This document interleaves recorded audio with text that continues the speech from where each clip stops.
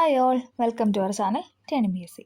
അപ്പം നമ്മളിന്ന് പഠിക്കാനായിട്ട് പോകുന്നത് 9ാം ക്ലാസ്സിലെ ഇന്ത്യൻ ജോഗ്രഫിയുമായി ബന്ധപ്പെട്ട ഒരു ചാപ്റ്ററാണ് ലോകത്തിൻ്റെ നെറുകയിൽ. ചാപ്റ്ററിൻ്റെ പേരാണ് ലോകത്തിൻ്റെ നെറുകയിൽ. നമ്മളിപ്പം എല്ലാ SCERT ചാപ്റ്ററും അല്ല ഇമ്പോർട്ടൻ്റ് ആയ എല്ലാ SCERT ചാപ്റ്ററുമാണ് അപ്ലോഡ് ചെയ്യുന്നത്.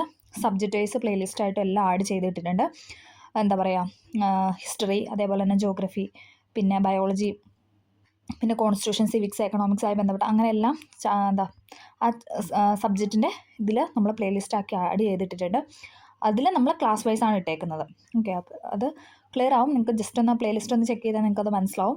അതായത് ഇപ്പം ബയോളജി ആണെങ്കിൽ ബയോളജിയിൽ 5ാം ക്ലാസ് 6ാം ക്ലാസ് അങ്ങനെ തന്നെയാണ് ഇട്ട് പോകുന്നത്. അപ്പോൾ ഇടയ്ക്ക് ഇപ്പോൾ 5ാം ക്ലാസ് എടുക്കുമ്പോൾ അത് മുകളിലോട്ട് കയറ്റി ആഡ് ഓൺ ചെയ്ത് തന്നെയാണ് പോകുന്നത്. ഓക്കെ, അപ്പോൾ എല്ലാവരും അതും കൂടെ ഒന്ന് ചെക്ക് ചെയ്ത് സപ്പോർട്ട് ചെയ്യാനായിട്ട് ഓർക്കുക. അപ്പോൾ നമുക്ക് സ്റ്റാർട്ട് ചെയ്യാം. ലോകത്തിൻ്റെ നെറുകയിൽ. ഇത് ഇമ്പോർട്ടൻ്റ് ആയിട്ടൊരു ചാപ്റ്ററാണ്. ഇന്ത്യൻ ജോഗ്രഫിയുമായി ബന്ധപ്പെട്ടൊരു ചാപ്റ്ററാണ്. ഇവിടെ കുറച്ച് സെൻറ്റൻസ് ഒക്കെ തന്നിട്ടുണ്ട്. ഇന്ത്യയുടെ സവിശേഷതകളെ പറ്റിയാണ് പറയുന്നത്. നമുക്കൊന്ന് നോക്കാം. ഇന്ത്യ എന്നതൊരു മിശ്ര ബഹുസ്വര സംസ്കാരത്തിൻ്റെ നാടാണ്. ആദിമകാലം മുതൽക്കേ പല വിദൂര ദേശങ്ങളിൽ നിന്നും ഇവിടേക്ക് വന്നെത്തിയ പ്രാകൃത ജനവിഭാഗങ്ങളും പിൽക്കാലത്ത് പല ഘട്ടങ്ങളിലായി പല വഴികളിലൂടെ ഇന്നാട്ടിൽ വന്നെത്തുകയും സഹസ്രാബ്ദമായി ഇവിടെ ജീവിക്കുകയും ചെയ്ത അനവധിയായ മനുഷ്യ സമൂഹങ്ങൾ വഴിയുമാണ് മറ്റൊരു രാജ്യത്തും കാണാൻ കഴിയാത്ത ഈ സാംസ്കാരിക വൈവിധ്യം ഇവിടെ രൂപപ്പെട്ടത്. ഭാഷ, വേഷഭൂഷാദികൾ, ആചാരങ്ങൾ, ആഘോഷങ്ങൾ, വിശ്വാസ പ്രമാണങ്ങൾ, കൃഷി എന്നിങ്ങനെ നിരവധി രംഗങ്ങളിൽ ഈ വൈവിധ്യം പ്രകടമാണ്. ഇന്ത്യയിലെ ഈ സാംസ്കാരിക വൈവിധ്യത്തിനു പിന്നിൽ നമ്മുടെ രാജ്യത്തിൻ്റെ ഭൂപ്രകൃതി വൈവിധ്യത്തിന് ഗണ്യമായ പങ്കുണ്ട്. വടക്കുഭാഗത്ത് വൻ കോട്ട പോലെ രാജ്യത്തിന് അതിനായി നിലകൊള്ളുന്ന ഉത്തരപർവ്വത മേഖല, അതിന് തൊട്ട് തെക്കായി ഫലഭൂഷ്ടവും വിശാലവുമായ സമതല പ്രദേശം, പടിഞ്ഞാറ് മരുപ്രദേശം, മധ്യഭാഗത്ത് അതിവിശാലമായ പീഠഭൂമി, കിഴക്കും പടിഞ്ഞാറും ഭാഗങ്ങളിൽ സുദീർഘമായ തീരദേശങ്ങൾ, ദ്വീപ സമൂഹങ്ങൾ, ഇവയൊക്കെ ചേർന്നതാണ് ഇന്ത്യയുടെ ഭൂപ്രകൃതി എന്ന് പറയുമ്പോൾ ഈ വൈവിധ്യം എത്രമാത്രം ഉണ്ടെന്ന് നിങ്ങൾക്ക് ബോധ്യമായില്ലേ? ഭൂപ്രകൃതിയിലെ ഈ വൈവിധ്യവും രാജ്യത്തിൻ്റെ സവിശേഷമായ സ്ഥാനവും ഇവിടെ മൺസൂൺ കാലാവസ്ഥ അനുഭവപ്പെടുന്നതിന് കാരണമായി തീർന്നിട്ടുണ്ട്. ഇതൊക്കെ ചേർന്ന നൂറ്റാണ്ടുകളായി ഇന്ത്യയിലെ കൃഷി, ജനജീവിതം എന്നിവ ക്രമപ്പെടുത്തിയിരിക്കുന്നു. വൈവിധ്യങ്ങൾ ഏറെ ഉണ്ടെങ്കിലും അതിനിടയിലും ഏകത്വത്തിന് ഒരു നേർത്ത നൂലുകൊണ്ട് ഈ നാടിനെയും ജനങ്ങളെയും ഒന്നിപ്പിക്കുന്ന ഘടകങ്ങളുമുണ്ട്. ഇത്തരം കാര്യങ്ങളെല്ലാം നാം ഇവിടെ ചർച്ച ചെയ്യുന്നുണ്ട്. അപ്പം നമ്മൾ നമ്മുടെ ഇന്ത്യൻ ഭൂപ്രകൃതിയെ പറ്റിയാണ് നമ്മൾ മെൻഷൻ ചെയ്തത് അല്ലേ. അപ്പം നമുക്ക് ഓരോന്നായിട്ട് നോക്കാം. ചെറിയൊരു ഇൻട്രൊഡക്ഷൻ പോലെ കൊടുത്താണ്. ഭൂപ്രകൃതി സവിശേഷതകളുടെ അടിസ്ഥാനത്തിൽ ഇന്ത്യയെ താഴെ പറയുന്ന വിധം തരംതിരിക്കാം. അപ്പോൾ നമുക്ക് ഇമ്പോർട്ടൻ്റ് ആണ്. PYK ആയിട്ട് ഒരുപാട് ക്വസ്റ്റ്യൻസ് വന്നിട്ടുള്ള ഒരു ഏരിയയും കൂടെയാണ്. 9ാം ക്ലാസ്സിലായതുകൊണ്ട് തന്നെ കുറച്ച് ലെങ്തി വീഡിയോ ആയിരിക്കും. കാരണം കുറച്ച് അധികം ഉണ്ട്. ഈ ടോപ്പിക്സ് എല്ലാം, ഈ 5 കാര്യങ്ങൾ നമുക്ക് ഈ ഒരു ചാപ്റ്ററിനകത്തുണ്ട്. അപ്പോൾ അതൊക്കെ പറഞ്ഞു വെക്കുമ്പോഴത്തേക്കും കുറച്ച് ലെങ്ത് ആയിട്ട് വരും. അപ്പോൾ നമുക്ക് പാർട്ട് 1, പാർട്ട് 2 ആയിട്ട് ഡിവൈഡ് ചെയ്തിടാം. ഓക്കെ, അപ്പോൾ നമുക്ക് സ്റ്റാർട്ട് ചെയ്യാം. നമ്മൾ 5 ആയിട്ടാണ് തരംതിരിക്കാൻ പോകുന്നത്. ഉത്തരപർവ്വത മേഖല, ഉത്തരേന്ത്യൻ സമതലം, ഉപദ്വീപ പീഠഭൂമി, ഇന്ത്യൻ മരുഭൂമി, തീരസമതലങ്ങളും ദ്വീപുകളും. എന്താണ് നമ്മുടെ ഇന്ത്യൻ ഭൂപ്രകൃതിയെ തരംതിരിക്കാൻ പോകുന്നത്? ഉത്തരപർവ്വത മേഖല, ഉത്തരേന്ത്യൻ സമതലം, ഉപദ്വീപ പീഠഭൂമി, ഇന്ത്യൻ മരുഭൂമി, അതോടൊപ്പം തീരസമതലങ്ങളും ദ്വീപുകളും. ഓക്കെ, അപ്പോൾ നമ്മൾ ആദ്യം പറഞ്ഞ പോയിന്റ് ഉത്തരപർവ്വത മേഖല അല്ലേ. അപ്പോൾ നമ്മൾ അതിനെപ്പറ്റിയാണ് ഇപ്പോൾ പഠിക്കാനായിട്ട് പോകുന്നത്. ആദ്യം തന്നെ നമുക്ക് നോക്കാം. ഇവിടുത്തെ അതിൻ്റെ ഒരു പിക്ചറൊക്കെ അടയാളപ്പെടുത്തി തന്നിട്ടുണ്ടെന്നുണ്ടോ? ഈ ഒരു ബ്രൗൺ കളറിൽ തന്നിട്ടുള്ളതാണ് ഉത്തരപർവ്വത മേഖല എന്ന് പറയുന്നത്. ആ ഒരു ഭാഗമാണ് ഉത്തരപർവ്വത മേഖല. ഓക്കെ, അപ്പോൾ നമുക്ക് നോക്കാം. ലോകത്തിൻ്റെ മേൽക്കൂര എന്നറിയപ്പെടുന്ന പാമീർ പർവ്വതക്കെട്ടിൽ നിന്ന് ഉത്ഭവിച്ച് കിഴക്ക് പൂർവാചൽ വരെ വ്യാപിക്കുന്ന നിരവധി പർവ്വത നിരകൾ ചേർന്നതാണ് ഇന്ത്യൻ ഉപഭൂഖണ്ഡത്തിൻ്റെ വടക്ക് കിഴക്കൻ അതിരായ ഉത്തരപർവ്വത മേഖല. എന്താണ് ലോകത്തിൻ്റെ മേൽക്കൂര അല്ലേ? ലോകത്തിൻ്റെ മേൽക്കൂര PYK ചോദിച്ചിട്ടുണ്ട്. ലോകത്തിൻ്റെ മേൽക്കൂര എന്നറിയപ്പെടുന്നത് എന്താണ്? പാമീർ പർവ്വതക്കെട്ടാണ് അല്ലേ. അത് അവിടെ നിന്നും ഉത്ഭവിച്ച് പിന്നെന്താണ്, നമ്മൾ കിഴക്കോട്ട് പോകണം അല്ലേ, റൈറ്റ് സൈഡിലോട്ട് പോകണം. കിഴക്ക് പൂർവാചൽ വരെ വ്യാപിക്കുന്ന നിരവധി പർവ്വത നിരകളുണ്ട്. അതും ചേർന്ന് ഇന്ത്യൻ ഉപഭൂഖണ്ഡത്തിന് വടക്ക് കിഴക്കൻ അല്ലേ. വടക്കെന്ന് പറയുമ്പോൾ മുകളിലല്ലേ, നമ്മൾ പിക്ചർ കണ്ടു. ഒന്നും കൂടെ ഒന്ന് കാണിക്കാം. ഇവിടെ തൊട്ടല്ലേ, ഇതാണ് വടക്ക് കിഴക്കൻ. ഇങ്ങനെ വ്യാപിച്ചു. അങ്ങനെ വ്യാപിച്ചു കിടക്കുന്നതാണ് ഇതെന്ന് പറയുന്നത് ഉത്തരപർവ്വത മേഖല. ഓക്കെ, ക്ലിയർ ആയെന്ന് പ്രതീക്ഷിക്കുന്നു. താരതമ്യേന പ്രായം കുറഞ്ഞതും ഉയരമേറിയതുമാണ് ഈ പർവ്വതനിരകൾ. എന്താണ്? പ്രായം കുറവാണ്, അതോടൊപ്പം എന്താണ്, ഉയരം കൂടിയതുമാണ്, ഉയരമേറിയതുമാണ് ഈ ഉത്തരപർവ്വത മേഖല എന്ന് പറയുന്നത്. ശിലാപാളികൾക്ക് വലനം സംഭവിച്ച് രൂപപ്പെട്ട മടക്കു പർവ്വതങ്ങളാണ് ഇതെന്ന് പറയുന്നത്. പടിഞ്ഞാറ് സിന്ധു നദി മുതൽ കിഴക്ക് ബ്രഹ്മപുത്ര നദി വരെ ഏകദേശം 2400 കിലോമീറ്റർ നീളത്തിൽ വ്യാപിച്ചു കിടക്കുന്ന ഉത്തരപർവ്വത മേഖലയ്ക്ക് 150 മുതൽ 400 കിലോമീറ്റർ വരെ വീതിയുണ്ട്. അപ്പം എന്താണ്, പടിഞ്ഞാറ് സിന്ധു അല്ലേ, പടിഞ്ഞാറ് സിന്ധു നദി മുതൽ കിഴക്ക് ബ്രഹ്മപുത്ര നദി വരെ വ്യാപിച്ചു കിടക്കുന്ന ഉത്തരപർവ്വത മേഖലയ്ക്ക് എന്താണ് ഏകദേശം 150 മുതൽ 400 കിലോമീറ്റർ വരെ വീതിയുണ്ട് അല്ലേ. കുറഞ്ഞ് കൂടിയാണല്ലോ വരുന്നത്. ഓക്കെ, 150 മുതൽ 400 കിലോമീറ്റർ വീതിയുണ്ട്. ഉയരമേറിയ കൊടുമുടികളും ഹിമാനികളും താഴ്വരകളും നിറഞ്ഞ സവിശേഷമായ ഭൂപ്രദേശമാണ് ഉത്തരപർവ്വത മേഖല എന്ന് പറഞ്ഞത്. എന്തൊക്കെയാണ്? ഉയരമേറിയ കൊടുമുടികൾ കാണാൻ പറ്റും, അതോടൊപ്പം ഹിമാനികളുണ്ട്, താഴ്വരയുണ്ട്. ഓക്കെ, ഭൂപ്രകൃതി സവിശേഷതകളുടെ അടിസ്ഥാനത്തിൽ ഉത്തരപർവ്വത മേഖലയെ നമ്മൾ 3ആയിട്ട് തരംതിരിക്കാനായിട്ട് പോവുകയാണ്. അപ്പം നമ്മൾ പറഞ്ഞു ഇന്ത്യയുടെ ഭൂപ്രകൃതി നമ്മൾ 5ആയിട്ട് തരംതിരിച്ചു. അതിൽ ആദ്യത്തെ പോയിന്റാണ് ഉത്തരപർവ്വത മേഖല. ഇനി നമ്മൾ ഉത്തരപർവ്വത മേഖലയെ 3ആയിട്ട് തരംതിരിക്കാൻ പോവുകയാണ്. ട്രാൻസ് ഹിമാലയം, ഹിമാലയം, കിഴക്കൻ കുന്നുകൾ. ഏതൊക്കെയാണ്? ട്രാൻസ് ഹിമാലയം, ഹിമാലയം, കിഴക്കൻ കുന്നുകൾ. ഇത് പഠിച്ചേ പറ്റുള്ളൂ. ഇതൊരു ഫ്ലോ ചാർട്ടായിട്ട് തന്നെ വരച്ച് പഠിക്കണം. കാരണം നമുക്കിത് ഏതിൻ്റെയൊക്കെ കീഴിലാണ്, ഏതൊക്കെ മേഖലയാണ്, നമ്മളിപ്പോൾ 5 പോയിന്റ്സ് നമ്മൾ തരംതിരിച്ച് പറയുന്നുണ്ട്. അപ്പോൾ അതൊക്കെ മാറിപ്പോകാതിരിക്കാൻ എല്ലാവരും ഒന്ന് വരച്ച് നമ്മൾ സ്വന്തമായിട്ടൊന്ന് വരയ്ക്കുമ്പോൾ നമ്മളത് ഉറപ്പായിട്ട് ഓർത്തിരിക്കും. അപ്പോൾ നമുക്ക് ഓപ്ഷനിൽ നിന്നൊക്കെ സെലക്ട് ചെയ്യാനൊക്കെ എളുപ്പമാവും. ഓക്കെ, അപ്പോൾ അങ്ങനെയൊന്ന് വരയ്ക്കാൻ ലാസ്റ്റ് ഈ ചാപ്റ്ററിൽ ലാസ്റ്റ് ഒരു ഫ്ലോ ചാർട്ട് കൊടുത്തിട്ടുണ്ട്. അപ്പോൾ നമുക്ക് അതും കൂടെ നോക്കുമ്പോൾ കുറച്ചും കൂടെ നിങ്ങൾക്ക് ക്ലിയർ ആവും. അപ്പോൾ നമുക്ക് ഉത്തരപർവ്വത മേഖലയെ ഇപ്പോൾ 3ആയിട്ട് തരംതിരിച്ചു. ഏതൊക്കെയാണ്? ട്രാൻസ് ഹിമാലയം, ഹിമാലയം, കിഴക്കൻ കുന്നുകൾ. നമുക്ക് അതൊക്കെ നോക്കണം. അതിന് മുന്നേ നമുക്കിവിടെ ഒരു ബോക്സ് കൊടുത്തിട്ടുണ്ട്. നമ്മൾ പറഞ്ഞല്ലേ മടക്കു പർവ്വതങ്ങളാണെന്ന് പറഞ്ഞു. ഭൂവൽക്കത്തിലെ ശിലാപാളികൾ സമ്മർദ്ദ ബലത്താൽ മടങ്ങി മടക്കു പർവ്വതങ്ങൾ രൂപപ്പെടുന്നു. അതായത് എന്താണ്? ശിലാപാളികൾ ഉണ്ട്, അവിടുന്ന് 2 സൈഡിൽ നിന്നുള്ള ഫോഴ്സ് മൂലം അതെന്താണ്? മടങ്ങും. അത് മടങ്ങി ഉയർന്നു പൊങ്ങും. അതാണ് ഇതെന്ന് പറയുന്നത് മടക്കു പർവ്വതം എന്നുകൊണ്ട് ഉദ്ദേശിക്കുന്നത്, അഥവാ ഫോൾഡ് മൗണ്ടൻസ്. വലനം എന്ന ഈ പ്രക്രിയയിലൂടെയാണ് മടക്കു പർവ്വതങ്ങൾ രൂപപ്പെട്ടത്. വലനം എന്ന് പറഞ്ഞാൽ ഫോൾഡിംഗ് ആണ്. ഓക്കെ, അപ്പോൾ വലനം എന്ന പ്രക്രിയയിലൂടെയാണ് എന്തെന്ന് പറയുന്നത്? വലനം, അതായത് ഫോൾഡ് ചെയ്ത് പൊങ്ങി ഉയർന്നാണ് എന്തെന്ന് പറയുന്നത്? മടക്കു പർവ്വതങ്ങൾ വന്നത്. അതാണ് നമ്മൾ പറഞ്ഞ ഉയരമേറിയതാണെന്ന് പറഞ്ഞത്. ഓക്കെ, ഹിമാലയം, ആൽപ്സ് തുടങ്ങിയ പർവ്വതനിരകൾ ഇത്തരത്തിൽ രൂപപ്പെട്ടതാണ്. അപ്പോൾ ഹിമാലയം അല്ലേ, ഹിമാലയം നമ്മൾ പറഞ്ഞുകൊണ്ടിരിക്കുന്നത്.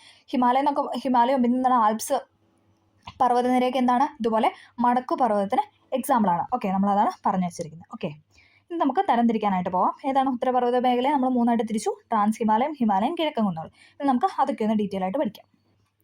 ഇവിടെ ഒരു കുട്ടി ബോക്സ് കൊടുത്തിട്ടുണ്ട്. നമുക്ക് അതിനകത്തൊരു പോയിന്റ് ഉണ്ട്. സമുദ്രനിരപ്പിൽ നിന്നും ശരാശരി 900 മീറ്ററിന് മുകളിൽ ഉയരമുള്ള ഭൂരൂപങ്ങളെ നമ്മൾ പൊതുവെ എന്താണ്? പർവ്വതം എന്നാണ് പറയുന്നത്. PYക്കായിട്ട് ചോദിച്ചിട്ടുണ്ട്. സമുദ്രനിരപ്പിൽ നിന്നും ഏകദേശം എത്രയാണ്? 900 മീറ്റർ. അതായത് സമുദ്രനിരപ്പിൽ നിന്നും 900 മീറ്റർ ഉയർന്നതാണെങ്കിൽ അതിനെ നമ്മൾ പർവ്വതം എന്ന് പറയുന്നു. ഓക്കെ, നമ്മൾ പറഞ്ഞല്ലോ ഉത്തരപർവ്വത മേഖല അല്ലേ, നമ്മൾ ആദ്യം ആ ഒരു ബ്രൗൺ ഷെയ്ഡിൽ കണ്ടായിരുന്നു. ദെൻ അതേ സ്ഥലത്ത് തന്നെ എന്താണ് നമ്മൾ 3ആയിട്ട് തരംതിരിച്ചു അല്ലേ? ട്രാൻസ് ഹിമാലയം, ഹിമാലയം, കിഴക്കൻ കുന്നുകൾ. നിങ്ങൾക്ക് ജസ്റ്റ് മനസ്സിലാവാൻ വേണ്ടിയിട്ട് ഈ മാപ്പ് ഒന്ന് കാണിക്കുകയാണ്. അതിൽ കണ്ടോ, അതിൽ ആ ബ്രൗൺ ഷെയ്ഡ് പോയേക്കുന്നതാണ് ഇതെന്ന് ട്രാൻസ് ഹിമാലയം എന്ന് പറയുന്നത്. ഈ ഒരു പോർഷനാണ് എന്താണ്? ട്രാൻസ് ഹിമാലയം. ഓക്കെ, ഇനി അടുത്തതാണ് ഹിമാലയം. ഹിമാലയം ആണ് ഇങ്ങനെ അല്ലേ കൂടുതലായിട്ട് ഇങ്ങനെ കിടക്കുന്നത് അല്ലേ? ഈ ഒരു ഇത്രയും ഭാഗം എന്ന് പറയുന്നത് ഹിമാലയമാണ്. ഓക്കെ, ക്ലിയർ ആയെന്ന് പ്രതീക്ഷിക്കുന്നു. പിന്നെ എന്താണ്? കിഴക്കൻ കുന്നുകളാണ് അല്ലേ? അത് ഏറ്റവും റൈറ്റ് സൈഡിൽ കുറച്ചായിട്ട് ഗ്രീൻ കളറിൽ കാണിച്ചേക്കുന്നതാണ് കിഴക്കൻ കുന്നുകൾ. അപ്പം അത്രയും പോർഷൻ എന്ന് പറയുന്നത് എന്താണ്? ഉത്തരപർവ്വത മേഖലയാണ്. നമ്മൾ ഉത്തരപർവ്വത മേഖലയെ 3ആയിട്ട് തരംതിരിച്ചു. ട്രാൻസ് ഹിമാലയം, ഹിമാലയം, കിഴക്കൻ കുന്നുകൾ. ഓക്കെ, ഏകദേശം ഇന്ത്യയുടെ ഏറ്റവും മുകളിലുള്ള ഭാഗമാണ് അല്ലേ ഉത്തരം എന്ന് പറയുമ്പോൾ നമുക്ക് മുകളിൽ അല്ലേ? അപ്പോൾ അങ്ങനെ ഒന്ന് കണക്ട് ചെയ്യുക. ഏറ്റവും മുകളിലുള്ള ഭാഗമാണ്. അതിന് നമ്മൾ 3ആയിട്ട് തരംതിരിച്ചു. അതൊരു സ്റ്റെപ്പായിട്ടൊന്ന് ഓർത്താൽ മതി. ട്രാൻസ് ഹിമാലയം, ദെൻ ഹിമാലയം, ഏറ്റവും റൈറ്റ് സൈഡിൽ കുറച്ച് കോർണറായിട്ട് കിടക്കുന്ന കുറച്ച് ഭാഗങ്ങളായിട്ടാണ് കിഴക്കൻ കുന്നുകൾ കിടക്കുന്നത്. ഓക്കെ, ജസ്റ്റ് ആ മനസ്സിലോട്ട് ആ ഒരു ഭാഗമൊക്കെ ഓർമ്മ വരുമ്പം, അതായത് നമുക്ക് കൂടുതൽ കാണാതെ പഠിക്കുന്നേക്കാൾ നല്ലത് അതായത് ഇങ്ങനെ ഒരു മാപ്പ് നമ്മുടെ മനസ്സിലുണ്ടെങ്കിൽ നമുക്കത് പെട്ടെന്ന് കണക്ട് ചെയ്യാനായിട്ട് പറ്റും. അപ്പോൾ ഉത്തരപർവ്വത മേഖലയിൽ നമ്മൾ 3ആയിട്ട് തരംതിരിച്ചു. അപ്പോൾ ആ ഒരു പേരും കാര്യങ്ങളൊക്കെ നിങ്ങളുടെ ഓർമ്മയിൽ വരും. അതുകൊണ്ടാണ് ഇങ്ങനെ ഈ ഒരു മാപ്പും കൂടെ കാണിച്ച് പഠിക്കാൻ പറഞ്ഞത്. ഓക്കെ, നോക്കിക്കേ, ഇതിൽ ഏറ്റവും വടക്ക് കാണപ്പെടുന്ന ട്രാൻസ് ഹിമാലയം ടിബറ്റൻ ഹിമാലയം എന്ന് അറിയപ്പെടുന്നു അല്ലേ? ഏറ്റവും മുകളിൽ ഏതായിരുന്നു? ട്രാൻസ് ഹിമാലയമാണെന്ന് നമ്മൾ പറഞ്ഞു. അതെന്താണ്? ടിബറ്റൻ ഹിമാലയം എന്നുകൂടി അറിയപ്പെടുന്നുണ്ട്. ശരാശരി 3000 മീറ്റർ ഉയരമുള്ള ട്രാൻസ് ഹിമാലയത്തിന് ഏകദേശം 40 കിലോമീറ്റർ വീതിയും 965 കിലോമീറ്റർ നീളവുമുണ്ട്. ഉയരം, ട്രാൻസ് ഹിമാലയത്തിൻ്റെ ഉയരം എന്ന് പറയുന്നത് ഏതാണ്? ഏകദേശം 3000 മീറ്ററാണ്. 440 കിലോമീറ്റർ വീതിയും 965 കിലോമീറ്റർ നീളവുമുണ്ട്. ഓക്കെ, കാരക്കോറം നിര ഹിമാലയ പർവ്വതത്തെ പാമീർ പർവ്വതക്കെട്ടായിട്ട് ബന്ധിപ്പിക്കുന്നു. അപ്പം അവിടുത്തെ കാരക്കോറം നിരയാണ് ഹിമാലയ പർവ്വതത്തെ എന്താണ്? പാമീർ പർവ്വതക്കെട്ടുമായിട്ട് ബന്ധിപ്പിക്കുന്നത്. ഓക്കെ, ട്രാൻസ് ഹിമാലയത്തിന് തെക്കായി കിഴക്കോട്ട് വ്യാപിക്കുന്ന 3 സമാന്തര പർവ്വതനിരകൾ കണ്ടില്ലേ? ഹിമാദ്രി, ഹിമാചൽ, ശിവാലിക്. ഇത് ഏതുണ്ടോ? ഹിമാദ്രി, ഹിമാചൽ, ശിവാലിക്. ഹിമാദ്രി, ഹിമാചൽ, ശിവാലിക്. അതാണ് നമ്മൾ പറഞ്ഞത് തൊട്ട് തെക്കായിട്ട് കാണപ്പെടുന്നു എന്ന് പറഞ്ഞത്. ഓക്കെ, അപ്പം അതാണ് മാപ്പിൽ കാണിച്ചിരിക്കുന്നത്. അപ്പോൾ ജസ്റ്റ് ഇതും കൂടെ ഒന്ന് ശ്രദ്ധയിൽപ്പെടുത്തുക. ഓക്കെ, ഇത് മൂന്നും ചേർന്നാണ് എന്തെന്ന് പറയുന്നത്? ഹിമാലയം എന്ന് പറയുന്നത്. അതായത് ട്രാൻസ് ഹിമാലയം, ഹിമാലയം, കിഴക്കൻ കുന്നുകളാണ് നമ്മൾ പറഞ്ഞത്. അതിൽ ട്രാൻസ് ഹിമാലയത്തിന് തൊട്ട് തെക്കായിട്ടാണ് ഏതൊക്കെ കാണപ്പെടുന്നത്? ഹിമാചലും ഹിമാദ്രിയും ശിവാലിക്കും കാണപ്പെടുന്നത് നമ്മൾ പറഞ്ഞു. അതേതാണ്? അത് ഹിമാലയത്തിൻ്റെ പോർഷനാണ്. ഓക്കെ, ട്രാൻസ് ഹിമാലയം, ഹിമാലയം, കിഴക്കൻ കുന്ന്. അതിൽ ട്രാൻസ് ഹിമാലയത്തിന് തൊട്ട് തെക്കായുള്ള ആ ഒരു അല്ലേ ആ ഒരു ഫുൾ ആ ഒരു ലെങ്ത്തിൽ പോകുന്ന ഫുൾ ഭാഗം ഏതാണ്? ഹിമാലയമാണ്. ഹിമാലയത്തിന് ഇങ്ങനെ 3 തട്ടായിട്ട് തരംതിരിച്ചേക്കുന്നതാണ് ഹിമാദ്രി, ഹിമാചൽ, ശിവാലിക്. അത് നമുക്ക് പറയാം. അപ്പോൾ ഇതിന് 3 ചേർത്താണ് നമ്മൾ ഹിമാലയം എന്ന് പറയുന്നത്. ഓക്കെ, ഇത് ജസ്റ്റ് നിങ്ങളൊരു മാപ്പും കൂടെ കയ്യിലുണ്ടെങ്കിൽ നിങ്ങൾക്ക് വ്യക്തമായിട്ട് മനസ്സിലാവും. ഇതിങ്ങനെ ഞാൻ ബാക്ക് പോയി മാപ്പ് കാണിക്കണം. അതുകൊണ്ടാണ്. ഓക്കെ, അപ്പം ക്ലിയർ ആയെന്ന് പ്രതീക്ഷിക്കുന്നു. ഹിമാലയ നിരകളിൽ ഏറ്റവും തെക്കായുള്ളതും ഗംഗാ സമതലത്തിന് അതിനായി നിലകൊള്ളുന്നതുമായ ശിവാലിക് നിരയ്ക്ക് ഏകദേശം 60 മുതൽ 150 കിലോമീറ്റർ വരെ വീതിയുണ്ട്. നമ്മൾ പറഞ്ഞു ഹിമാചലിനെ 3ആയിട്ട് തരംതിരിച്ചു: ഹിമാദ്രി, ഹിമാചൽ, ശിവാലിക്. ശിവാലിക്കാണല്ലോ ഏറ്റവും തെക്കായിട്ടുള്ളത്. ഹിമാലയ നിരകളിൽ ഏറ്റവും തെക്കായുള്ള ഗംഗാ സമതലത്തിന് അതിനായി നിലകൊള്ളുന്നതുമായ ശിവാലിക് നിരയ്ക്ക് ഏകദേശം എത്രയാണ്? 60 മുതൽ 150 കിലോമീറ്റർ വരെ വീതിയുണ്ട്. ഹിമാലയത്തിന് ഏറ്റവും പുറമെയുള്ള ഭാഗമായതിനാൽ ഈ നിരയെ ഔട്ടർ ഹിമാലയം എന്ന് വിളിക്കുന്നു. അതായത് ശിവാലിക് നിരയെ നമ്മൾ പറയുന്നതാണ് ഔട്ടർ ഹിമാലയ എന്ന്. ഓക്കെ, ആ പേര് പഠിക്കണേ. ചിലപ്പോൾ ഔട്ടർ ഹിമാലയം തന്നെ നമുക്കത് കണക്ട് ചെയ്യാൻ പറ്റത്തില്ല. ശിവാലിക് ആണോ എന്ന് നമുക്കൊരു ഇത് വരും. അപ്പോൾ ആ ഒരു പേര് ശിവാലിക്കിനാണെന്ന് ഓർക്കുക. ശിവാലിക്കിന് പറയുന്ന ആ ഒരു ഭാഗത്തിന് പറയുന്നതാണ് ഔട്ടർ ഹിമാലയ. ഏറ്റവും പുറത്തല്ലേ, ഏറ്റവും താഴെയല്ല, അപ്പോൾ പുറത്താണെന്ന് വിചാരിക്കുക. എന്നിട്ട് ആ ഒരു ഔട്ടർ എന്നുള്ളൊരു ഇത് കണക്ട് ചെയ്യുക. ശിവാലിക്കിന് വടക്കായി സമുദ്രനിരപ്പിൽ നിന്നും 3500 മുതൽ 4500 മീറ്റർ വരെ ശരാശരി ഉയരമുള്ള പർവ്വതനിരയാണ് ഹിമാചൽ. അല്ലേ, നമ്മൾ പറഞ്ഞു ഹിമാദ്രി, ഹിമാചൽ, ശിവാലിക്. ശിവാലിക്കിന് വടക്ക് എന്ന് പറയുമ്പോൾ ശിവാലിക്കിൻ്റെ എന്താണ് തൊട്ട് മുകളിലാണ്. അപ്പം ആ പോർഷനാണ് ഇതെന്ന് പറഞ്ഞാൽ ഹിമാചൽ. ഹിമാചൽ എന്താണ് നമ്മൾ ലെസ്സർ ഹിമാലയം എന്ന് പറയുന്നു. അല്ലേ, അതായത് ശിവാലിക് ഔട്ടർ ഹിമാലയം, ദെൻ തൊട്ട് മുകളിൽ കാണപ്പെടുന്ന ഹിമാചൽ എന്ന് പറയുന്നത് ലെസ്സർ ഹിമാലയം. പേരൊക്കെ കണക്ട് ചെയ്യാൻ പറ്റുന്നുണ്ടെന്ന് പ്രതീക്ഷിക്കുന്നു. ഓക്കെ, ഗ്രേറ്റർ ഹിമാലയം, ഇന്നർ ഹിമാലയം എന്നീ പേരുകൾ കൂടി അറിയപ്പെടുന്ന ഹിമാദ്രി. അപ്പം ഹിമാദ്രിയുടെ പേരാണ് ഗ്രേറ്റർ ഹിമാലയം അഥവാ ഇന്നർ ഹിമാലയം, ഏറ്റവും അകത്തല്ലേ. ശിവാലിക് ഔട്ടർ ആണെങ്കിൽ എന്താണ്, അതിൽ ഏറ്റവും മുകളിലുള്ള എന്തായാലും ഇന്നർ ആയിരിക്കുമല്ലോ. അപ്പോൾ അത് വെച്ചിട്ട് കണക്ട് ചെയ്യുക. ഇന്നർ ഹിമാലയം എന്നറിയപ്പെടുന്ന ഹിമാദ്രി, ലെസ്സർ ഹിമാലയം നടുക്കാണ്. ഓക്കെ, നടുക്ക് ലെസ്സർ ഹിമാലയം എന്നറിയപ്പെടുന്ന ഏതാണ്? ഹിമാചൽ. ദെൻ ഔട്ടർ ഹിമാലയം എന്നറിയപ്പെടുന്ന ശിവാലിക്. ഓക്കെ, കണക്ട് ചെയ്യാൻ പറ്റിയെന്ന് പ്രതീക്ഷിക്കുന്നു. ഗ്രേറ്റർ ഹിമാലയം, ഇന്നർ ഹിമാലയം എന്നീ പേരുകൾ കൂടി അറിയപ്പെടുന്ന ഹിമാദ്രി സമുദ്രനിരപ്പിൽ നിന്നും ഏകദേശം 6100 മീറ്ററിന് മുകളിൽ ഉയരമുള്ള പർവ്വതനിരയാണ്. ഏകദേശം 25 കിലോമീറ്ററാണ് ഇതിൻ്റെ വീതി എന്ന് പറയുന്നത്. മഞ്ഞ് മൂടപ്പെട്ട പർവ്വതങ്ങളാണ് ഹിമാദ്രിയിൽ കാണപ്പെടുന്നത്. ഹിമാദ്രിയിൽ കൂടുതൽ എന്താണ്? മഞ്ഞ് മൂടപ്പെട്ട പർവ്വതങ്ങളാണ്. ലോകത്തിലെ ഉയരമേറിയ മിക്ക കൊടുമുടികളും കാണപ്പെടുന്നത് എവിടെയാണ്? ഹിമാദ്രിയിലാണ്. അപ്പം നമുക്കിനി പഠിക്കാം അതൊക്കെ കേട്ടോ. അപ്പോൾ നമ്മളിപ്പോൾ 3 അല്ലേ ഉത്തരപർവ്വത മേഖലേനെ നമ്മളെന്താണ് 3ആയിട്ട് തരംതിരിച്ചു: ട്രാൻസ് ഹിമാലയം, ഹിമാലയം, കിഴക്കൻ കുന്നുകൾ. അതിൽ നമ്മൾ ഹിമാലയത്തിനെയാണ് വീണ്ടും എന്താ 3ആയിട്ട് തരംതിരിച്ചത്. ഏതൊക്കെയായിരുന്നു? ഹിമാദ്രി, ഹിമാചൽ, ശിവാലിക്. ഓക്കെ, കണക്ട് ചെയ്യാൻ പറ്റിയെന്ന് പ്രതീക്ഷിക്കുന്നു. ഓക്കെ, ഇനി നമുക്ക് ഹിമാലയത്തിൻ്റെ പിറവി എന്ന് പറയാം. ഓക്കെ, ഹിമാലയത്തിൻ്റെ പിറവി. ലോകത്തിലെ ഉയരമേറിയ പർവ്വതനിരകളിലൊന്നായി ഹിമാലയം ഇന്ന് വളർന്നുകൊണ്ടിരിക്കുകയാണ്. നമ്മൾ അതുകൊണ്ടാണ് പറഞ്ഞ പ്രായം കുറഞ്ഞ പർവ്വതനിര എന്ന് പറഞ്ഞത്. കാരണം ഇപ്പോഴും വളർന്നുകൊണ്ടേ ഇരിക്കുകയാണ്. ഓക്കെ, ഭൗമശിലാപാളികളുടെ ചലനം ആണ് ഇതിന് കാരണം. വൻകരയും സമുദ്രഭാഗവും ചേർന്ന ശിലാപാളികളാണ് ടെക്ടോണിക് ഫലകങ്ങൾ അഥവാ ടെക്ടോണിക് പ്ലേറ്റ്സ്. ശിലാമണ്ഡലത്തിന് താഴെ ഉയർന്ന താപത്താൽ ശിലകൾ ഉരുകി അർദ്ധദ്രവാവസ്ഥയിൽ നിലകൊള്ളുന്ന ഭാഗമാണ് അസ്തനോസ്ഫിയർ. നമ്മൾ കഴിഞ്ഞ ക്ലാസ്സിൽ പറഞ്ഞായിരുന്നല്ലേ. ശിലാമണ്ഡലത്തിന് തൊട്ട് താഴെയായി അർദ്ധദ്രവാവസ്ഥയിൽ നിലകൊള്ളുന്ന ഭാഗമാണ് ഇതെന്ന് പറയുന്നത് അസ്തനോസ്ഫിയർ. അല്ലേ, നമ്മൾ ഭൂമിയുടെ ഘടന അല്ലേ ആ ഒരു ചാപ്റ്റർ എടുത്തപ്പോൾ നമ്മൾ അതിനകത്ത് വ്യക്തമായിട്ട് ആ ഒരു സ്ട്രക്ചറൊക്കെ പറഞ്ഞപ്പോൾ ക്ലിയർ ആയിട്ട് പറഞ്ഞ കാര്യമാണിത്. അസ്തനോസ്ഫിയറിന് മുകളിലൂടെ ടെക്ടോണിക് ഫലകങ്ങൾ സാവധാനം ചലിച്ചുകൊണ്ടിരിക്കുന്നു. ഫലക ചലനം മൂലം ഫലക അതിരുകൾ, പർവ്വത രൂപീകരണം പോലുള്ള ഭൗമ പ്രവർത്തനങ്ങൾക്ക് സജീവമാണ്. 3 തരം ഫലക അതിരുകളാണുള്ളത്: സംയോജക സീമ, വിയോജക സീമ, ഛേദക സീമ. ഇതൊക്കെ ചോദിച്ച് കണ്ടിട്ടുണ്ട്, PYക്കായിട്ട് ചോദിച്ച് കണ്ടിട്ടുണ്ട്. നമുക്കൊന്ന് നോക്കാം. സംയോജക സീമ എന്ന് പറയുന്നത് സംയോജിപ്പിച്ച അല്ലേ, അതിനൊന്ന് ഒന്നാക്കി അല്ല ഒന്നിച്ച് ചേർത്ത് എന്നൊക്കെ നമുക്കൊരു മീനിങ്ങിൽ എടുക്കാം. ഫലകങ്ങൾ തമ്മിൽ അടുക്കുന്ന അതിരുകൾ, ദേ ഇവിടെ പിക്ചറൊക്കെ തന്നിട്ടുണ്ട്, ജസ്റ്റ് ഒന്ന് നോക്കാം. ഇതുണ്ടോ, ഫലകങ്ങൾ തമ്മിൽ അടുപ്പിക്കുക അല്ലേ, നന്നായിട്ട് ഇങ്ങനെ അടുപ്പിച്ച് വയ്ക്കണം. അതാണ് സംയോജക സീമ. ആ പേരിൽ നിന്ന് കണക്ട് ചെയ്യുക, സംയോജിപ്പിച്ചു. ഓക്കെ, അടുത്താണ് വിയോജക. അപ്പം നേരെ ഓപ്പോസിറ്റ് ആയിരിക്കും അല്ലേ. ഫലകങ്ങൾ തമ്മിൽ അകലുന്ന അതിരാണ് ഏതെന്ന് പറയുന്നത് വിയോജക സീമ എന്ന് പറയുന്നത്. എന്താണ്? ഫലകങ്ങൾ തമ്മിൽ അകലുന്ന അതിരുകളാണ് വിയോജക സീമ. ഛേദക സീമ എന്താണ്? ഫലകങ്ങൾ തിരശ്ചീനമായി ഉരസി മാറുന്നത്. നോക്കിക്കേ, ഇതുണ്ടോ ആ ഒരു പോർഷൻ ഉരസി മാറുവാണ് അല്ലേ. അപ്പോൾ അതിൻ്റെ പിക്ചർ തന്നിട്ടുണ്ട് നിങ്ങൾക്ക് കുറച്ചും കൂടെ മനസ്സിലാവാനായിട്ട്. അപ്പോൾ അതൊന്ന് ശ്രദ്ധിക്കുക എല്ലാവരും. സംയോജക സീമ എന്ന് പറഞ്ഞാൽ അടുപ്പിക്കുന്നു അല്ലേ, സംയോജിപ്പിക്കുന്നു. ഓക്കെ, ദെൻ വിയോജക സീമ എന്ന് പറഞ്ഞു കഴിഞ്ഞാൽ അതിനെ തമ്മിൽ അകറ്റുന്നു അല്ലേ, അകന്നു പോവാണ്. ഛേദക സീമ എന്താണ്? ഫലകങ്ങൾ തിരശ്ചീനമായി അല്ലേ അങ്ങോട്ടും ഇങ്ങോട്ടും ഇങ്ങനെ ഉരസി അല്ലെ തെന്നി നീങ്ങി എന്നൊക്കെ നമ്മൾ പറയും അല്ലേ, അങ്ങനെ പോകുന്നതാണ് ഛേദക സീമ എന്നതുകൊണ്ട് ഉദ്ദേശിക്കുന്നത്. ഓക്കെ, അപ്പം ഫലക ചലനം മൂലം ഫലക അതിരുകൾ, പർവ്വത രൂപീകരണം പോലുള്ള ഭൗമ പ്രവർത്തനങ്ങൾക്ക് സജീവമാണ്.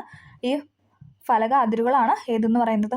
സംയോജക സീമ, വിയോജക സീമ, ഛേദക സീമ എന്ന് പറയുന്നത്. ഓക്കെ, കണക്ട് ചെയ്യാൻ പറ്റിയെന്ന് പ്രതീക്ഷിക്കുന്നു. ഇനി ഇവിടെ ഒരു ബോക്സ് കൊടുത്തിട്ടുണ്ട്, നമുക്ക് ജസ്റ്റ് ഒന്ന് നോക്കാം. ശിലാമണ്ഡല ഫലകങ്ങൾ. ഭൂവൽക്കവും മാന്റിലിൻ്റെ മുകൾ ഭാഗവും ചേർന്നതാണ് ശിലാമണ്ഡലം. നമ്മൾ പറഞ്ഞായിരുന്നു അല്ലേ?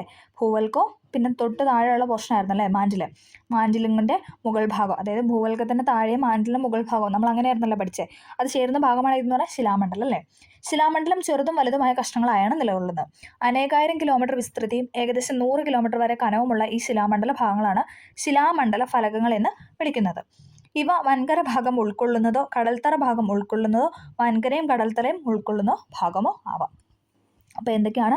ഒന്നെങ്കിൽ അത് വൻകര ഭാഗം ഉൾക്കൊള്ളുന്നതാവാം, അല്ലെങ്കിൽ അത് കടൽ ഭാഗം ഉൾക്കൊള്ളുന്നതാവാം, അല്ലെങ്കിൽ എന്താണ് രണ്ടും അല്ലേ? വൻകരയും കടൽത്തറയും ഉൾക്കൊള്ളുന്ന ഭാഗമാകാം. ഓക്കെ, അതാണ് ശിലാമണ്ഡല ഫലങ്ങൾ അഥവാ ടെക്ടോണിക് പ്ലേറ്റ്സ് എന്ന് പറയുന്നത്. ക്ലിയർ ആയെന്ന് പ്രതീക്ഷിക്കുന്നു.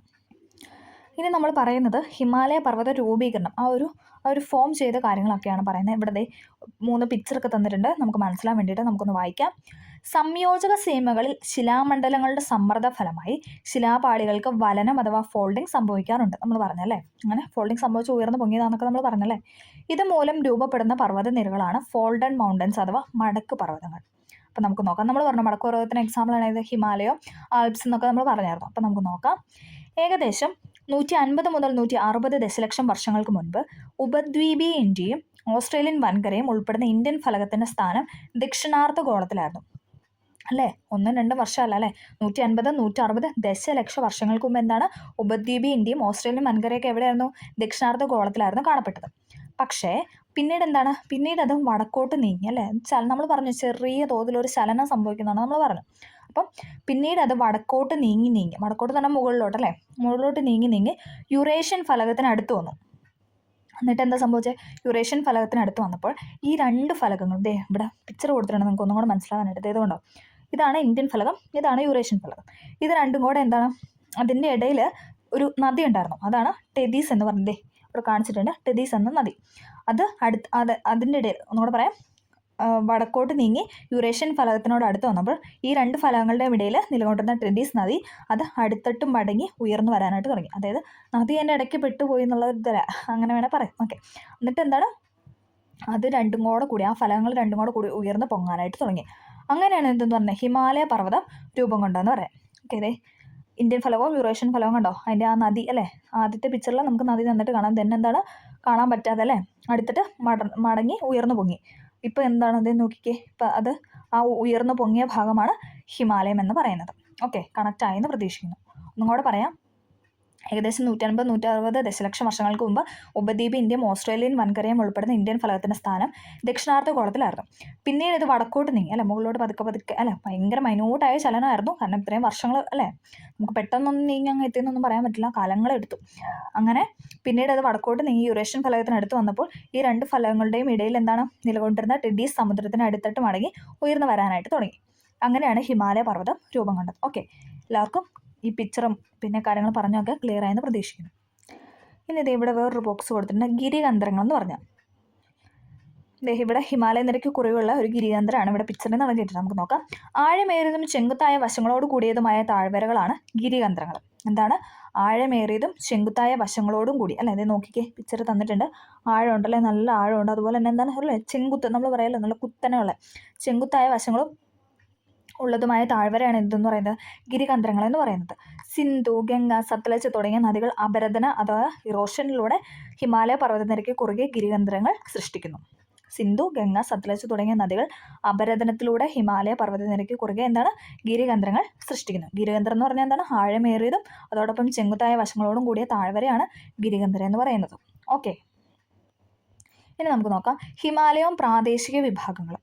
ഹിമാലയത്തിൽ നിന്നും ഉത്ഭവിക്കുന്ന നദികൾ പർവ്വതനിരകൾക്ക് കുറുകെ ആഴമേറിയ താഴ്വരകൾ അഥവാ ഗിരികന്ധരങ്ങൾ സൃഷ്ടിക്കുന്നു. നമ്മൾ പറഞ്ഞല്ലേ, പർവ്വതനിരകൾക്ക് കുറുകെ ഒഴുകുന്ന നദികളെ അടിസ്ഥാനപ്പെടുത്തിയാണ് ഹിമാലയത്തെ പ്രാദേശിക വിഭാഗങ്ങളായി വേർതിരിക്കുന്നത്.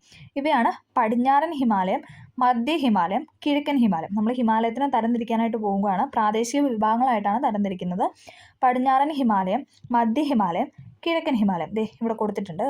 നമ്മൾ പറഞ്ഞാൽ ട്രാൻസ് ഹിമാലയം, ഹിമാലയം, കിഴക്കൻ കുന്നുള്ള ഉത്തരപർവ്വത മേഖലയെ തരംതിരിച്ചു. നോക്കിക്കേ, അതോടൊപ്പം എന്താണ് അതിൽ തന്നെ മധ്യ ഹിമാലയം, കിഴക്കൻ ഹിമാലയം, പടിഞ്ഞാറ് ഹിമാലയം ഇവിടെ കൊടുത്തിട്ടുണ്ടെന്ന് നോക്കിയേ പിക്ചറിൽ.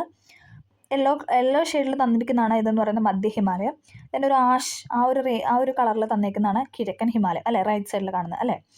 ദെൻ പച്ച കളറിൽ തന്നിരിക്കുന്നതാണ് എന്ന് പറഞ്ഞാൽ പടിഞ്ഞാറൻ ഹിമാലയം. ഓക്കെ, അതിങ്ങനെ ഓർത്താൽ മതി. മധ്യം എന്ന് പറയുമ്പോൾ എപ്പോഴും നടുക്കല്ലേ, അപ്പം ആ ഒരു നടുക്കത്തെ പൊർഷൻ മഞ്ഞ.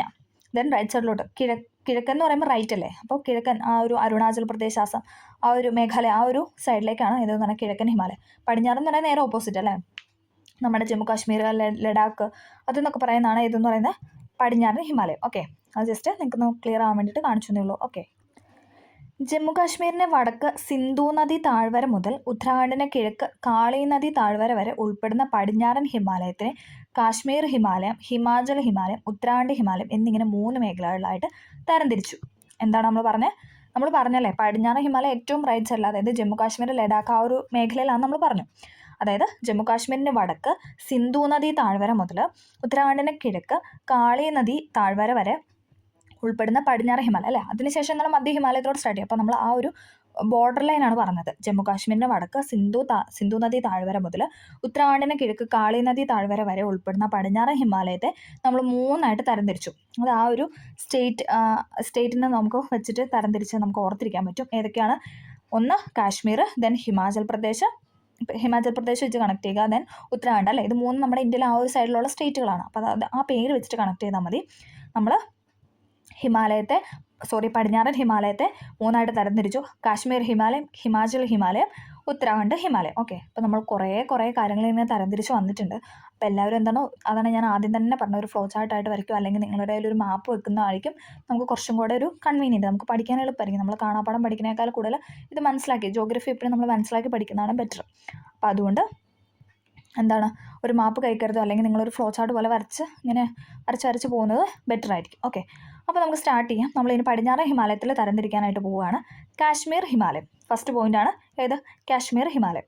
ജമ്മു കാശ്മീർ, ലഡാക്ക് പ്രദേശത്ത് ഏകദേശം 3.5 ലക്ഷം ചതുരശ്ര കിലോമീറ്റർ വിസ്തൃതിയിൽ വ്യാപിച്ചു കിടക്കുന്ന കാശ്മീർ ഹിമാലയത്തിന് ഏകദേശം 700 കിലോമീറ്റർ നീളവും 500 കിലോമീറ്റർ വീതിയുമുണ്ട്. മഞ്ഞുമൂടിയ കൊടുമുടികളും താഴ്വരകളും മലനിരകളും നിറഞ്ഞ കാശ്മീർ ഹിമാലയത്തിലെ പ്രധാന പർവ്വതനിരകളാണ് കാരക്കോറം, ലഡാക്ക്, സസ്കർ, പീർപ്പാഞ്ചൽ. അതിൽ പഠിക്കാനുള്ള പോയിൻ്റാണ് ഇതെന്ന് പറഞ്ഞാൽ മഞ്ഞുമൂടിയ കൊടുമുടികളും താഴ്വരകളും മലനിരകളും നിറഞ്ഞ കാശ്മീർ ഹിമാലയത്തിനെ നമ്മൾ തരംതിരിക്കുകയാണ്. ഇതൊക്കെ കാരക്കോറം, ലഡാക്ക്, പീർപ്പാഞ്ചൽ, സസ്കർ. ഓക്കെ, ലോകത്തിലെ 2ാമത്തെ ഉയരമേറിയ കൊടുമുടിയായ മൗണ്ട് കേറ്റു കാരക്കോറം നിരയിലാണ് സ്ഥിതി ചെയ്യുന്നത്. വയ്ക്കുവാണ്. ലോകത്തിലെ 2ാമത്തെ ഉയരമേറിയ കൊടുമുടിയാണ് മൗണ്ട് കേറ്റു. അതെവിടെയാണ്?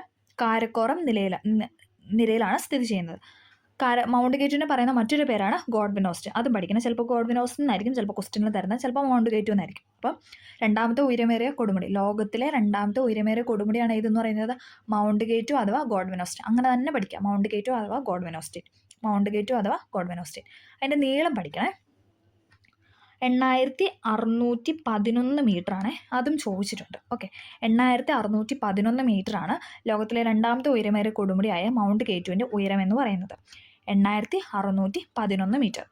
2ാമത്തെ ഉയരം കൂടിയ കൊടുമുടിയാണ് മൗണ്ട് കേറ്റു. അത് ഏത് നിരയിലാണെന്നും PYക്കായിട്ട് ചോദിച്ചിട്ടുണ്ട്. ഏത് നിരയിലാണ്? കാരക്കോറം നിരയിലാണ്. ഓക്കെ, കാരക്കോറം നിരയിലാണ് സ്ഥിതി ചെയ്യുന്നത്. ഒന്നും കൂടെ പറയാം. ലോകത്തിലെ 2ാമത്തെ ഉയരമേറിയ കൊടുമുടിയായ മൗണ്ട് കേറ്റു അഥവാ ഗോഡ്വിൻ ഓസ്റ്റിൻ കാരക്കോറം നിരയിലാണ് സ്ഥിതി ചെയ്യുന്നത്. മൗണ്ട് കേറ്റു അഥവാ ഗോഡ്വിൻ ഓസ്റ്റിൻ്റെ ഉയരം എന്ന് പറയുന്നത് 8611. ഓക്കെ, നിങ്ങൾക്ക് ക്ലിയർ ആവാൻ വേണ്ടിയിട്ടാണ് റിപ്പീറ്റ് ചെയ്ത് പറയുന്നത്. ഓക്കെ, 8611. സിയാച്ചിൻ, ബോൾട്ടോരോ തുടങ്ങിയവ ഈ പ്രദേശത്തെ പ്രധാന ഹിമാനികളാണ്. അതായത് സിയാച്ചിൻ ഹിമാനി എന്ന് പറയുന്നത്, ബോൾട്ടോരോ ഹിമാനി എന്നൊക്കെ പറയുന്നത് എന്താണ്? പ്രധാന ഹിമാനികളാണ്. എവിടുത്തെ? കാശ്മീർ ഹിമാലയത്തിലെ. ഓക്കെ, സിന്ധു നദിയിലും അതിൻ്റെ പോഷക നദികളായ ചലം, രവി, ചിനാബ് തുടങ്ങിയവയിലും വർഷം മുഴുവൻ സമൃദ്ധമായ നീരൊഴുക്ക് സാധ്യമാക്കുന്നത് ഈ ഹിമാനികളിലാണ്. അല്ലേ, ഇത് നോക്കിക്കേ, സിയാച്ചിൻ ഹിമാലയ അല്ലേ, മഞ്ഞ് മൂടി ഇങ്ങനെ കിടക്കുമല്ലേ. അപ്പോൾ എന്താണ്? മഴ പെയ്യുന്ന സമയത്ത് ഓൾറെഡി മഴ കിട്ടുന്നുണ്ട്. ഇനി അതേസമയം വേനൽ വരുമ്പോൾ എന്താണ്? ഈ മഞ്ഞെല്ലാം ഉരുകും അല്ലേ, മഞ്ഞെല്ലാം ഉരുകി അത് വെള്ളമായിട്ട് ഒഴുകുന്നു. ഓക്കെ, അപ്പം എന്താണ്? അതുകൊണ്ട് തന്നെ അവിടെ എപ്പോഴും സമൃദ്ധമായ എപ്പോഴും ജലമുണ്ട്. ഓക്കെ, സിന്ധു നദിയിലും അതിൻ്റെ പോഷക നദികളായ രവി, ചലം, ചിനാബ് തുടങ്ങിയവയിലും വർഷം മുഴുവൻ സമൃദ്ധമായ നീരൊഴുക്ക് സാധ്യമാക്കുന്നത് ഈ ഹിമാലയങ്ങളാണ്. ഓക്കെ, പർവ്വതങ്ങളുടെ ഇരുവശങ്ങളെയും തമ്മിൽ ബന്ധിപ്പിച്ച് ഗതാഗതം സാധ്യമാക്കുന്നതാണ് പർവ്വതങ്ങളിലെ ചുരങ്ങൾ. നമുക്കറിയാലോ, പാസസ് അല്ലേ, നമ്മൾ ചുരങ്ങൾ എന്നൊക്കെ എപ്പോഴും പറയുന്നതാണ്. അപ്പം ഈ പർവ്വതത്തെ രണ്ടിനും കണക്ട് ചെയ്ത് നമുക്ക് ഗതാഗതം ഉണ്ട്. അപ്പോൾ അതിലൂടെ പോകാൻ വേണ്ടിയിട്ടാണ് എന്താണ്? ചുരങ്ങൾ. ഓക്കെ, പർവ്വതനിരകൾ മുറിച്ചു കടക്കാൻ സഹായകമായ സ്വാഭാവിക ഇടങ്ങളാണ് ചുരങ്ങൾ. പീർപ്പാഞ്ചൽ പർവ്വതനിരയ്ക്ക് കുറുകെയുള്ള ബനിഹാൽ ചുരമാണ് ജമ്മു പ്രദേശത്തെ കാശ്മീർ താഴ്വരയെ ബന്ധിപ്പിക്കുന്നത്. പി വൈക്കാണ്. ജമ്മുവിനെ കാശ്മീരുമായി ബന്ധിപ്പിക്കുന്ന ചുരമാണ് ഏത്? ബനിഹാൽ. ചോദിച്ചിട്ടുണ്ട്, പി വൈക്കാണ്. ജമ്മുവിനെ കാശ്മീരുമായി ബന്ധിപ്പിക്കുന്ന ചുരമാണ് ബനിഹാൽ ചുരം. ജമ്മു പ്രദേശത്തെ കാശ്മീർ താഴ്വരയുമായി ബന്ധിപ്പിക്കുന്ന ചുരമാണ് ബനിഹാൽ. ജമ്മു പ്രദേശത്തെ കാശ്മീർ താഴ്വരയുമായി ബന്ധിപ്പിക്കുന്ന ചുരമാണ് ബനിഹാൽ.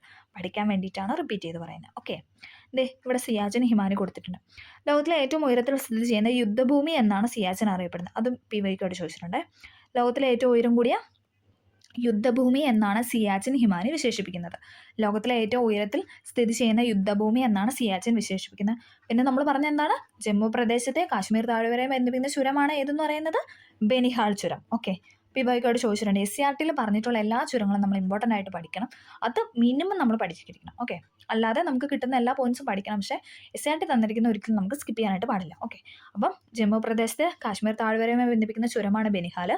സിയാച്ചിൻ ഹിമാലയ എന്ന് പറയുന്ന ലോകത്തിലെ ഏറ്റവും ഉയരത്തിൽ സ്ഥിതി ചെയ്യുന്ന യുദ്ധഭൂമിയാണ്. ഓക്കെ, കണക്ട് ചെയ്യാൻ പറ്റിയെന്ന് പ്രതീക്ഷിക്കുന്നു.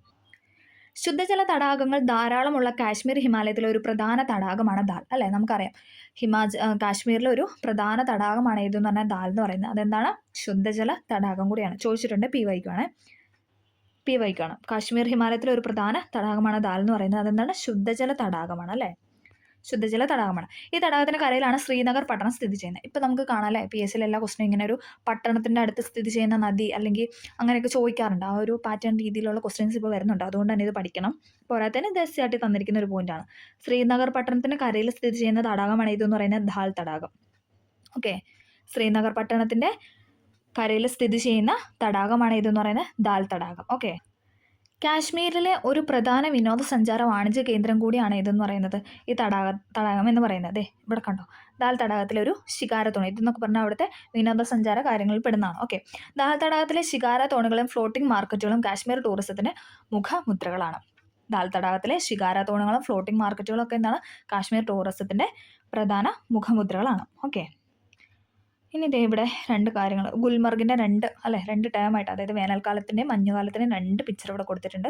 ഒന്നാമത്തെ പിക്ചർ നോക്കിയാൽ നല്ല പച്ചപ്പ് അല്ലേ, നല്ല പച്ചപ്പ് കുട്ടി പൂക്കളൊക്കെ ആയിട്ട് നല്ല ഭംഗിയായിട്ട്. അതേസമയം മഞ്ഞുകാലം ആകുമ്പോൾ നോക്കിയാൽ മൊത്തം മഞ്ഞല്ലേ. അപ്പോൾ നമുക്കതൊന്ന് നോക്കാം. പർവ്വത ചെരുവുകളിൽ വേനൽക്കാലങ്ങളിൽ രൂപപ്പെടുന്ന പുൽമേടുകളാണ് മർഗുകൾ. അപ്പം നമ്മൾ മർഗുകളാണ് പഠിക്കുന്നത്. ശൈത്യകാലങ്ങളിൽ മഞ്ഞ് മൂടുന്ന മർഗുകൾ സ്കീയിങ് പോലുള്ള മഞ്ഞുകാല വിനോദങ്ങൾക്കായി ധാരാളം സഞ്ചാരികളെ ആകർഷിക്കുന്നു.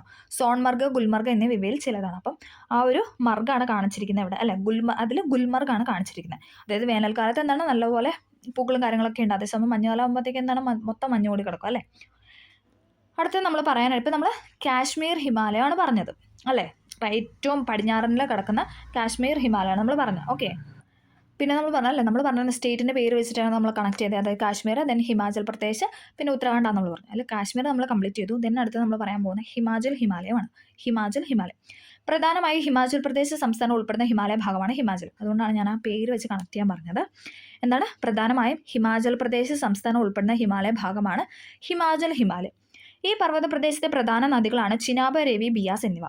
അതായത് ഹിമാചൽ പ്രദേശിലെ ഏകദേശം ആ ഒരു പർവ്വത പ്രദേശത്തെ പ്രധാന നദികളാണ് ഏതെന്ന് പറയുന്നത് ചിനാബ്, രവി, ബിയാസ്. ഇത് മൂന്നും ഏതാണ്? നമ്മുടെ സിന്ധു നദിയുടെ പോഷക നദികളാണ് അല്ലേ. ചിനാബ്, രവി, ബിയാസ് എന്ന് പറയുന്നത് എന്താണ്? സിന്ധു നദിയുടെ പോഷക നദിയാണ്. ഈ പ്രദേശത്തെ പർവ്വതനിരകളാണ് ധൗളാധർ, പീർപ്പാഞ്ചൽ എന്നിവ. അപ്പോൾ നമ്മൾ ഹിമാലയത്തിൻ്റെ കാര്യമാണ് പറഞ്ഞുകൊണ്ടിരിക്കുന്നത്. ഇവിടുത്തെ അതായത് ഹിമാലയ പ്രദേശത്തെ പർവ്വതനിരകളാണ് ഏതെന്ന് പറയുന്നത് ധൗളാധർ, പീർപ്പാഞ്ചൽ എന്നിവ. പർവ്വത ഭാഗങ്ങളിൽ അനേകം ശുദ്ധജല തടാകങ്ങൾ കാണാം. ചന്ദ്രതാൽ, സൂരജ് താൽ എന്നിവ ഇവയിൽ ചിലതാണ്. അപ്പോൾ നമ്മൾ കാശ്മീരിൽ നമ്മൾ പറഞ്ഞു ദാൽ തടാകം എന്ന് പറഞ്ഞു. ഇനി നമ്മൾ ഹിമാലയത്തിലോട്ട് വരുമ്പോൾ എന്താണ്? ചന്ദ്രതാൽ, സൂരജ് താൽ. ഓക്കെ, ഒന്ന് കണക്ട് ചെയ്ത് പഠിക്കുക. ഹിമാചൽ പ്രദേശിനെ ലഡാക്കുമായി ബന്ധിപ്പിക്കുന്ന ബാരാലാച്ചാല ചുരവും കുളു താഴ്വര, ലാഹോല, സ്പിതി എന്നീ താഴ്വരകളുമായി ബന്ധിപ്പിക്കുന്ന റോഹ്താങ് ചുരവുമാണ് ഹിമാലയത്തിലെ പ്രധാന ചുരം. ഓക്കെ, നമ്മൾ കാശ്മീർ ഹിമാലയത്തിൽ പറഞ്ഞായിരുന്നു എന്താണ്?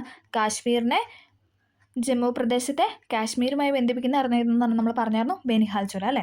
അതുപോലെ ഹിമാലയത്തിലുള്ള രണ്ട് ചുരങ്ങളാണ് നമ്മൾ പറയുന്നത്. SCERT ഉള്ളതുകൊണ്ട് പഠിക്കണം കേട്ടോ.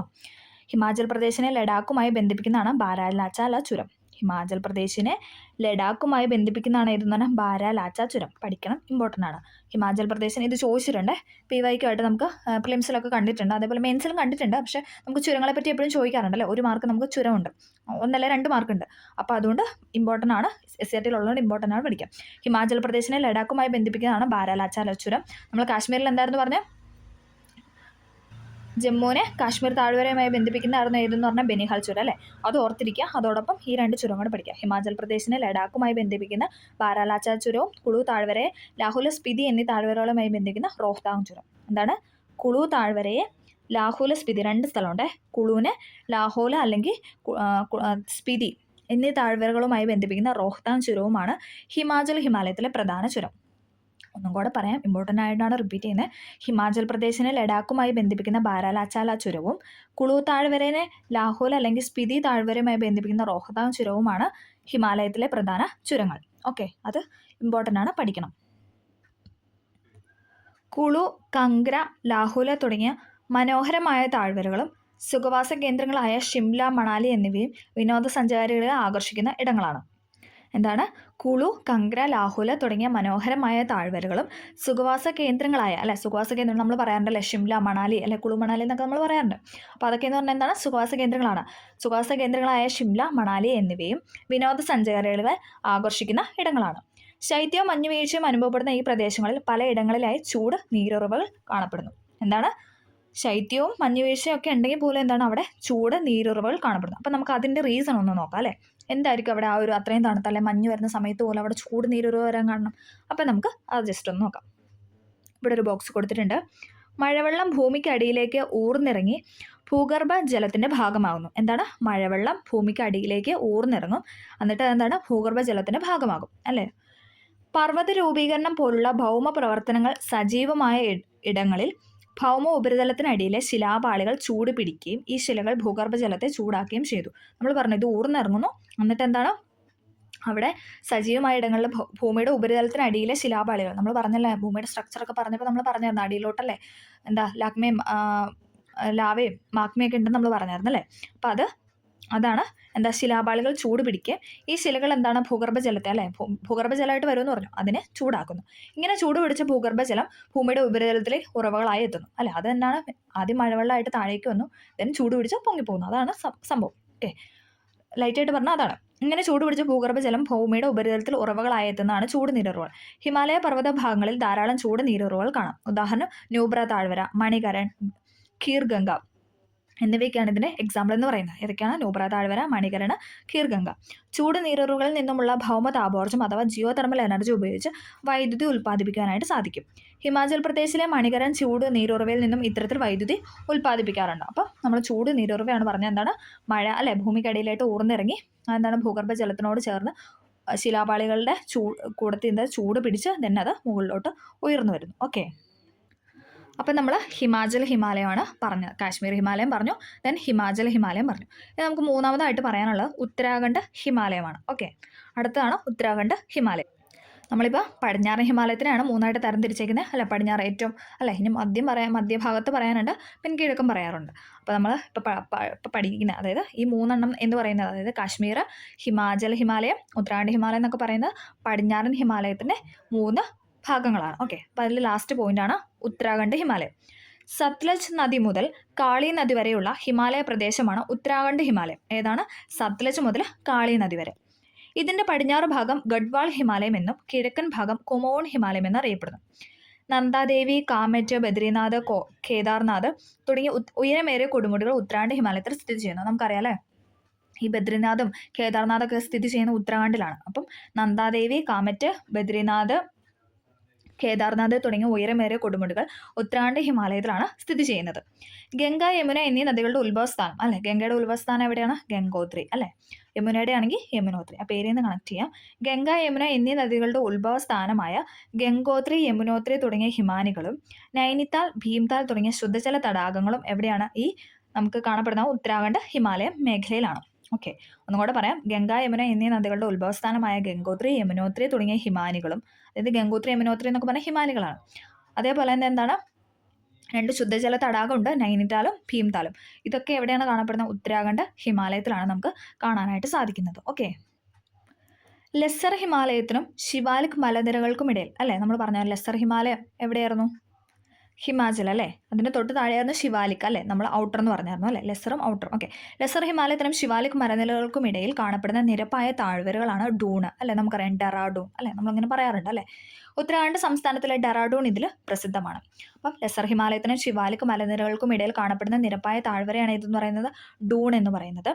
ഉത്തരാഖണ്ഡ് സംസ്ഥാനത്തിലെ ഡെറാഡൂൺ ഇതിന് പ്രസിദ്ധമാണ്. ഓക്കെ,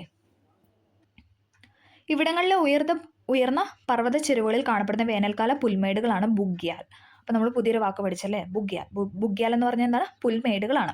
വേനൽക്കാലത്ത് മാത്രമാണ് ഇതിങ്ങനെ പുൽമേടായിട്ട് കാണപ്പെടുന്നത്. ബാക്കിയുള്ള സമയത്ത് എന്താണ്? ശൈത്യകാലത്ത് എന്താണ്? ഭയങ്കര മഞ്ഞാണ്.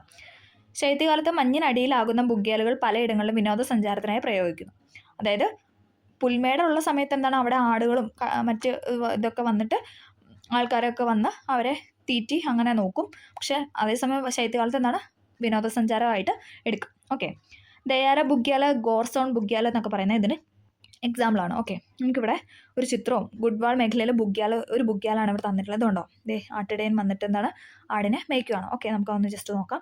ഹിമാലയത്തിൽ ഏകദേശം 3000 മുതൽ 4500 മീറ്റർ ഉയരത്തിനടിയിൽ കാണപ്പെടുന്ന പുൽമേടുകൾ ഗഡ്വാൾ മേഖലയിലെ ബുഗ്യാൽ എന്നറിയപ്പെടുന്നു. എന്താണ്? ഹിമാലയത്തിന് ഏകദേശം 3000 മുതൽ 4500 മീറ്റർ ഉയരത്തിനിടയിലാണ് ഇടയ്ക്ക് ഉയരത്തിനിടയിൽ കാണപ്പെടുന്ന പുൽമേടുകൾ ഗഡ്വാൾ മേഖലയിൽ ബുഗ്യാൽ എന്നറിയപ്പെടുന്നു. ശൈത്യകാലങ്ങളിൽ മഞ്ഞു മൂടുന്ന ബുഗ്യാലുകൾ മഞ്ഞുരുകുന്നതോടെ എന്താണ്? പച്ചപ്പുതപ്പ് പുൽമേടുകളായി മാറുന്നു അല്ലേ. ശൈത്യകാലത്ത് മഞ്ഞു മൂടുന്ന ബുഗ്യാലുകൾ മഞ്ഞുരുകി പോകുമ്പോൾ എന്താണ്? അത് നല്ല പച്ച അല്ലേ, പിക്ചർ കണ്ട പോലെ നല്ല പച്ചപ്പുതപ്പായിട്ട് മാറുന്നു. ഈ അവസരങ്ങളിൽ താഴ്വരകളിൽ നിന്നും ആട്ടിടയന്മാർ വളർത്തു മൃഗങ്ങളുമായി ബുഗ്യാലുകളിൽ എത്തുന്നു. ആ സമയത്ത് എന്താണ്? താഴ്വരയിൽ നിന്ന് ആട്ടിടയന്മാർ വന്ന് ആടിനവിടെ മേയ്ക്കുന്നു. ഓക്കെ, താഴ്വരകൾ വരണ്ടുണങ്ങുന്ന വേനൽക്കാലത്ത് സമൃദ്ധമായ പച്ചപ്പുള്ള ബുഗ്യാലുകൾ ഇവർ താൽക്കാലിക പാർപ്പിടങ്ങൾ ഒരുക്കി വളർത്തു മൃഗങ്ങളോടൊപ്പം വസിക്കുന്നു. അപ്പം ആ ഒരു സമയത്ത് എന്താണ്? ഇവർ മൃഗങ്ങളെയൊക്കെ തീറ്റി അവരവിടെ തന്നെ വസിക്കുന്നു. ഇനി അതേസമയം മഞ്ഞ് വരുമ്പോൾ എന്താണ്? മഞ്ഞുകാലം ആരംഭിക്കുന്നതോടെ മല ഇറങ്ങി അടുത്ത സീസൺ വരെ താഴ്വരകളിൽ വസിക്കുന്നു. മഞ്ഞ് മൂടാൻ സ്റ്റാർട്ട് ചെയ്തു, അതായത് മഞ്ഞ് വന്ന് തുടങ്ങുമ്പോൾ തൊട്ട് ഇവരെന്താണ്? വീണ്ടും താഴ്വരയിലോട്ട് പോകുന്നു, അവിടെ വസിക്കുന്നു. ദെൻ വീണ്ടും വെയിൽ വന്ന് എന്താ? മഞ്ഞുരുകി അതൊക്കെ പോയി നല്ല പച്ചയാകുമ്പോൾ വീണ്ടും അവർ വരുന്നു. അങ്ങനെ ഒരു സൈക്കിളായിട്ട് അവരുടെ ജീവിതം മുന്നോട്ട് പോകുന്നു. വളർത്തുമൃഗങ്ങളോടൊപ്പം താഴ്വരകളിലേക്കും തിരികെ പർവ്വതങ്ങളിൽ പുൽമേടുകളിലേക്കുമുള്ള ഇടയന്മാരുടെ കാലിക ദേശാടനത്തെയാണ് ട്രാൻസ് ഹ്യൂമൻസ് എന്ന് വിളിക്കുന്നത്. ഓക്കെ, അത്രയാണ് ഈ ബോക്സിൽ തന്നിരിക്കുന്നത്. അപ്പോൾ നമ്മൾ ഒരുപാട് കാര്യങ്ങൾ പറഞ്ഞല്ലേ. അപ്പം എന്താണ് ഇനിയും പറഞ്ഞാൽ നിങ്ങൾക്കും ഭയങ്കര ബോറാവും. ബോറെന്നല്ല, നമുക്ക് പഠിക്കാൻ പാടാണ്. കാരണം കുറേ കാര്യങ്ങൾ നമ്മൾ ഒറ്റയടി കേൾക്കും, നമുക്ക് പാടായിരിക്കും അല്ലേ. അപ്പോൾ എല്ലാവരും ഇത്രയും കാര്യങ്ങൾ നിങ്ങളൊരു ഫ്ലോ ചാർട്ട് പോലെ വരച്ച് ഒരു മാപ്പ്, ഇന്ത്യയുടെ ഒരു മാപ്പ് ഉണ്ടെങ്കിൽ നല്ല കാര്യം, അത് വെച്ചിട്ട് കണക്ട് ചെയ്ത് ഇത്രയും കാര്യങ്ങൾ നന്നായിട്ട് പഠിക്കുക. പഠിച്ചതിന് ശേഷം മാത്രം പാർട്ട് 2 കാണാനായിട്ട് ശ്രദ്ധിക്കുക.